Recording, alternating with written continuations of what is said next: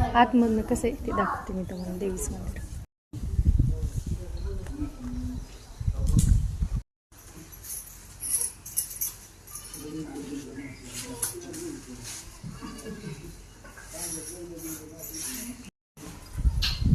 हा पूर्ण बाहेरचा परिसर आहे. आजूबाजूला बघा किती सुंदर परिसर आहे.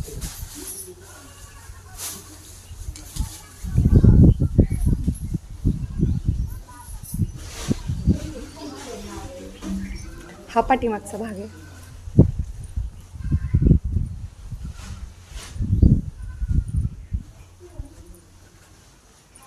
किती छान वातावरण आहे.